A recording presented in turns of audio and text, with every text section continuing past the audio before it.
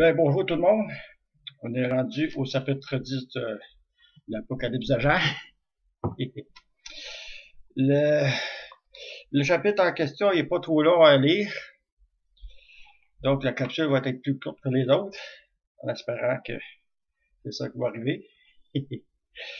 Ok, ce chapitre-là, il parle d'un ange. C'est bien ça? Ouais. Il parle juste d'un ange, mais avec un petit livre. Un petit livre que l'ange tient dans les mains. Puis Jean, il va le manger. Ben, il va l'avaler plutôt, je pense, c'est ça. Parce qu'il dit pas de le manger, de l'avaler. C'est un peu. C'est ça, l'avaler. Ils disent pas de le manger. Là, je vois ça que ça va être peut-être le livre, là. Pour moi, ça va être gros de même. On va avaler un livre, là. Bon, en tout cas. On passe ça. Apocalypse de Jean, chapitre 10. Je vis un autre ange puissant. Ange puissant. Ça veut dire, en apparence, il était puissant. Hein? Ça veut dire qu'il aurait dû être gros pas mal. Ça veut dire puissant. Grand et gros. Peut-être géant même. Qui descendait du ciel, enveloppé d'une nuée. C'est quoi une nuée? C'est des nuages. Hein? Il est enveloppé de nuée. Ça veut dire qu'il descend du ciel, là. Il est enveloppé d'une nuée. Symbolisation de l'ange, c'est le traité de la personne. Le fait qu'il y ait des nuages alentour de l'ange, ça veut dire que possiblement, sa croyance, au niveau de sa croyance, c'était un peu brouillé. Le fait que l'ange est puissant, ça symbolise là, que sa croyance est immuable. Le traité. Ça veut dire que le traité de Jean était immuable. On continue. Au-dessus de sa tête était l'arc-en-ciel. Et son visage était comme le soleil. Et ses pieds comme des colonnes de feu. Bon, on a les détails de l'ange. L'arc-en-ciel. Qu'est-ce que ça peut symboliser, l'arc-en-ciel d'un rêve? Si on suit la mythologie biblique, l'arc-en-ciel, c'est l'alliance entre les humains et Dieu, quand il y a eu le déluge. Donc, un arc-en-ciel, ça fait un arc. Hein? C'est une alliance. Donc, il y a une alliance entre sa croyance et la croyance du Christ. Parce qu'il faut dire, là, Jean, il y avait une croyance avant que le Christ arrive, là. Hein? Ça veut dire qu'il y a une croyance, ça veut dire qu'il y a une alliance entre les deux religions, les deux croyances il y a une alliance avec la croyance qui va avoir de nouveau à faire. Par la mission de la parole du Christ, là.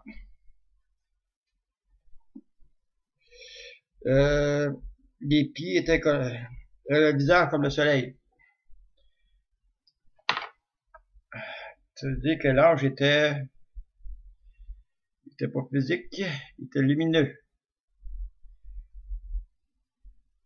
Ça veut dire que si le visage de l'ange était comme un soleil, ça veut dire que le traité de Jean il y a beaucoup de passion dans ça, là. Le fait que les pieds étaient comme des colonnes de feu. Les pieds. Mettre les pieds à terre. Se solidifier dans sa base personnelle. Étant en colonne de feu. Autrement dit, il y avait une base solide, le petit Jean, là.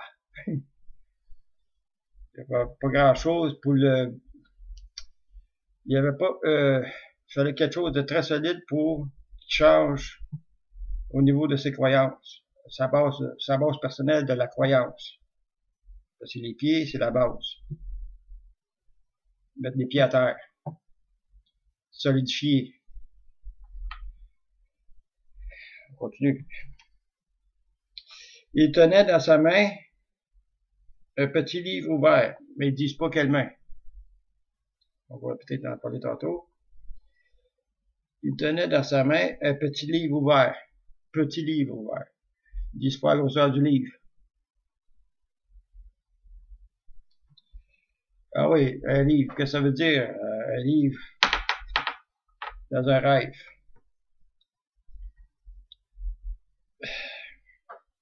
C'est l'enseignement, le livre. C'est la délégation du savoir. Déléguer le savoir. Comment je dirais ça? Il y a un nom pour ça, là. L'enseignement, c'est ça. C'est l'enseignement, le livre. Autrement dit, l'ange, son traité, il était prêt à propager la parole, l'enseignement du Christ. Bon, on continue. Et son pied gauche sur la terre, attends un peu. Il posa son pied droit sur la mer et son pied gauche sur la terre.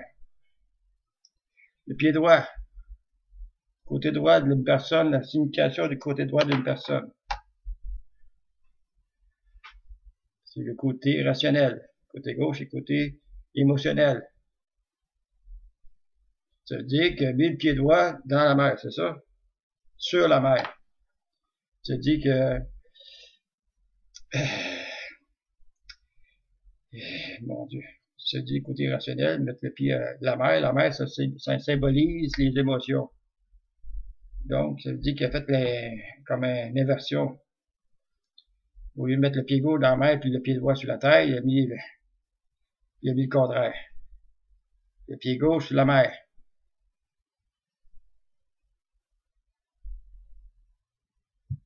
Pas le pied gauche. Le pied droit sur la mer.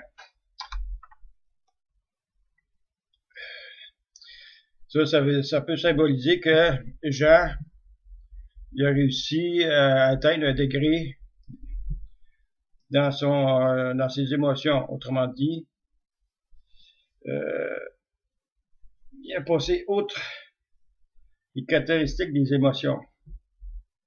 Mettre le pied sur la mer. Le pied droit sur la mer. Puis mettre le pied gauche sur la terre, ça veut dire que la terre étant la base de vie, c'est que les émotions demeurent vraiment comment vous direz ça là? Il met le pied gauche sur la terre, c'est bien sûr le pied gauche. Le côté gauche sur la terre, c'est ça. Ça veut dire que son degré d'émotion est vraiment rationnel au niveau de ses assises, sa base personnelle. Il a réussi à contenir ses émotions pour que ça devienne plus rationnel. Autrement dit, si, exemple, il parle du Christ dans sa mission, tout ce qui va se dire contre lui, contre sa parole, ça le secoue.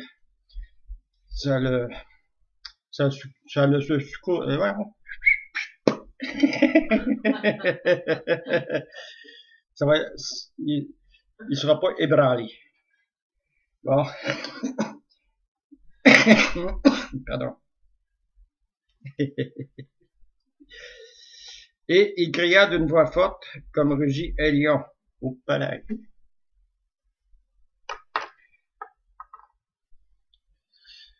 Ça veut dire l'intensité de la traité de Jean. La voix forte de l'ange. Forte comme rugit un lion.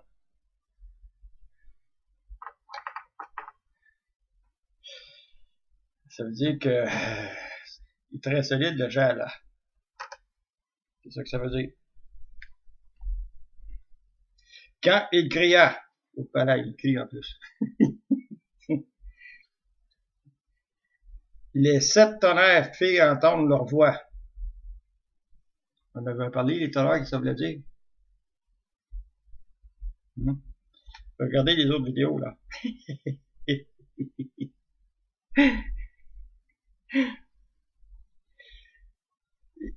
Et quand les 7 tonnerres eurent fait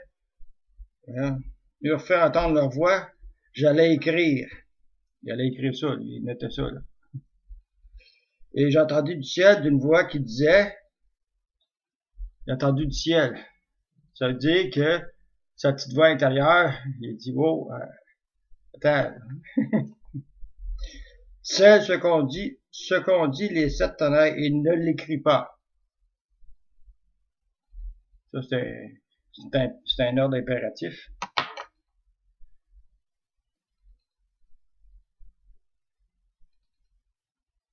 Entendre une voix dans le ciel.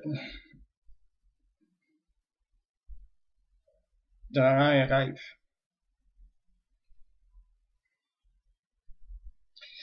Ça signifie, c'est pas, comme j'ai déjà dit dans une capsule, c'est pas c'est pas très bon à entendre des voix, là.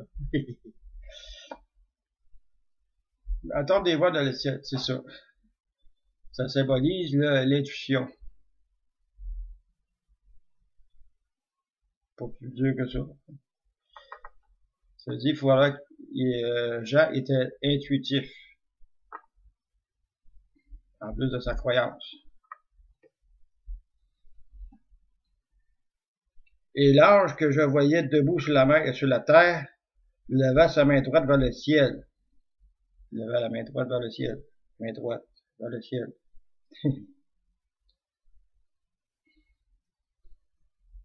Et jura par celui qui vit au siècle des siècles, en parlant du Dieu, ou des, pas du Dieu, mais des dieux.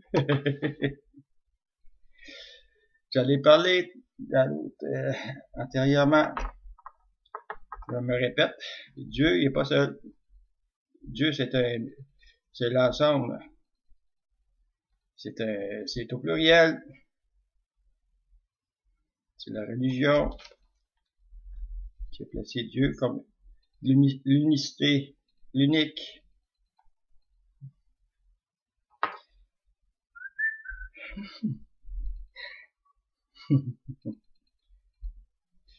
C'est ça. Il jura par celui qui vit au siècle des siècles, qui a créé le ciel et les choses qui y sont, la terre et les choses qui y sont, et la mer et les choses qui y sont, qu'il n'y aurait plus de temps, qu'il n'y aurait plus de temps. Oh, le temps va arrêter.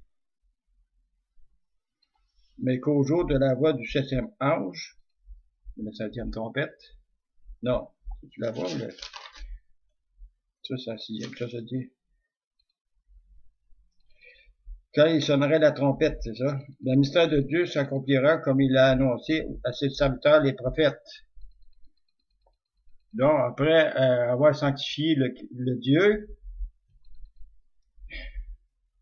l'ange, la croyance, ça veut dire que il a assimilé sa croyance parfaitement, ça veut dire qu'il a solidifié sa croyance du Christ par rapport à Dieu.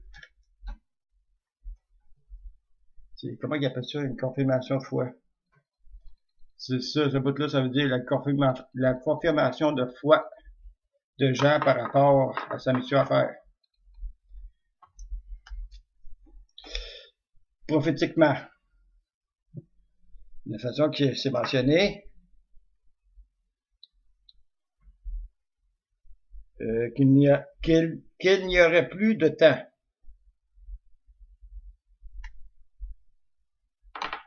Le temps est un mouvement que c'est bien humain, là. C'est l'humain que voilà. Pas le fait que la Terre tourne du soleil, que le matin et le soir, c'est là, c'est que je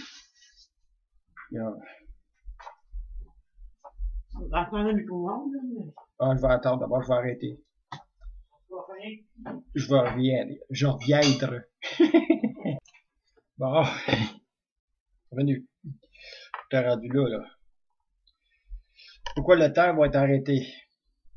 C'est bien ça qui est marqué. Qu'il n'y aurait plus de temps. Bon, le temps, c'est sûr, c'était créé par l'humain. Oups. Il a réglé ça, lui, le temps, l'humain, là. Donc, ça dit qu'il n'y aurait plus de temps. Ça veut dire quoi, ça, ce bout-là?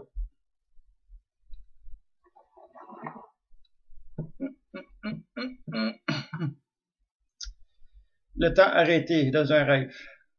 Non, c'est pas le rêve, là, je parle ça au niveau prophétique. Ça veut dire que la Terre va avoir été tournée, là. Combien de temps? Il ne marque pas, là. Le temps va être arrêté. Il n'y aurait plus de temps.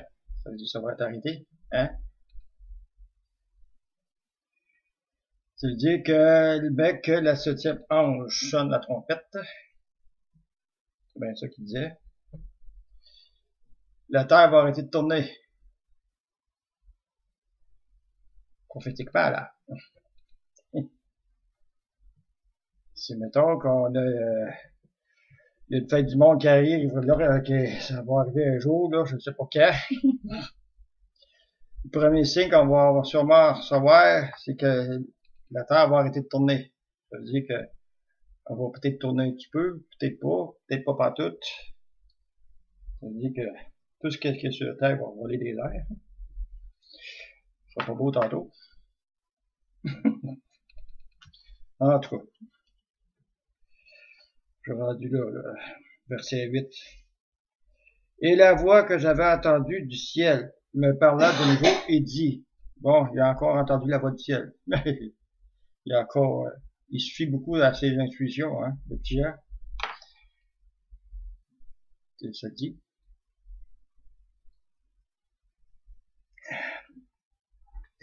Pour moi, Jean, c'est le premier supramentaliste. Ah, je suis pas fin. Il dit, va, prends le petit livre ouvert dans la main de l'ange qui se tient debout sur la mer et sur la terre. Ça veut dire que l'ange tenait le livre à la main gauche parce qu'il avait la main au ciel, la main droite au ciel. Donc, ça veut dire qu'il tenait la main gauche tenait le livre. Hein? Logiquement.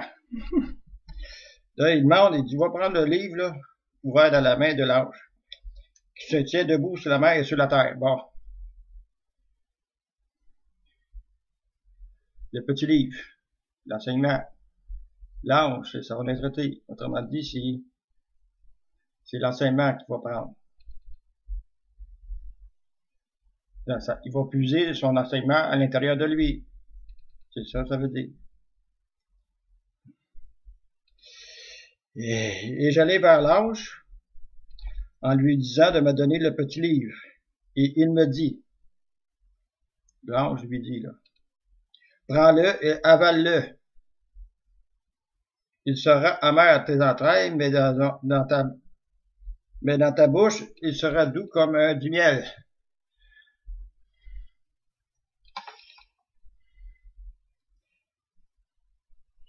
Le miel, ça symbolise la nourriture spirituelle. Le fait que ça va être doux comme du miel dans sa bouche.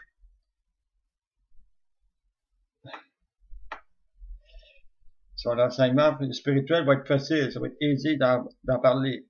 Le fait que ce livre sera amer dans ses entrailles, ça veut dire que ça va le brosser un petit peu là. Parce que je répète encore, Jean, il avait sa religion avant que Christ arrive. Grosso modo, c'est ça que ça veut dire. Bon.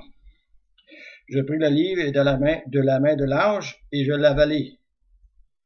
Ça veut dire qu'il a pris le livre à la main gauche. Ça veut dire que la connaissance vient côté intuitif, le côté émotionnel.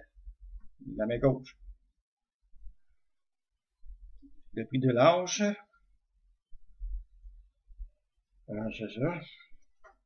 Et je l'avalai. Ils disent pas de le manger, il l'avalai. Direct.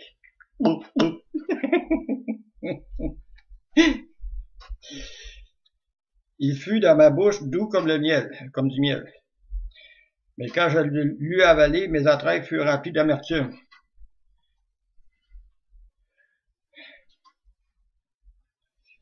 Ses convictions personnelles ont été touchées, c'est ça que ça veut dire.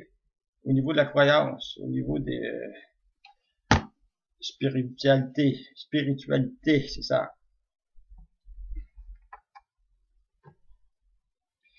Puis, on me dit, il faut que tu prophétises de nouveau sur beaucoup de peuples, de nations, de langues et de rois. Et voilà, c'est ça. La confirmation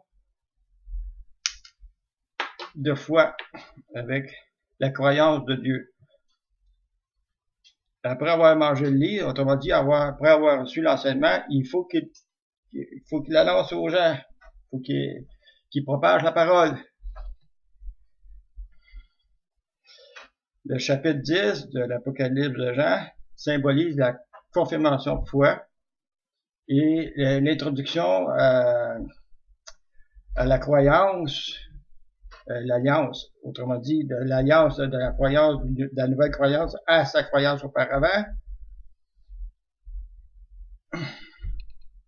pour annoncer la parole du Christ. C'est ça le chapitre 10. Ça a l'air pas compliqué à expliquer, là, hein? Moi, j'ai vu de ma façon d'interpréter des rêves, là. Je respecte les croyances des gens. Mais pour moi, l'Apocalypse, c'est un rêve. Bon. Et voilà pour le chapitre 10, c'est terminé. À une prochaine. Salutos la gang.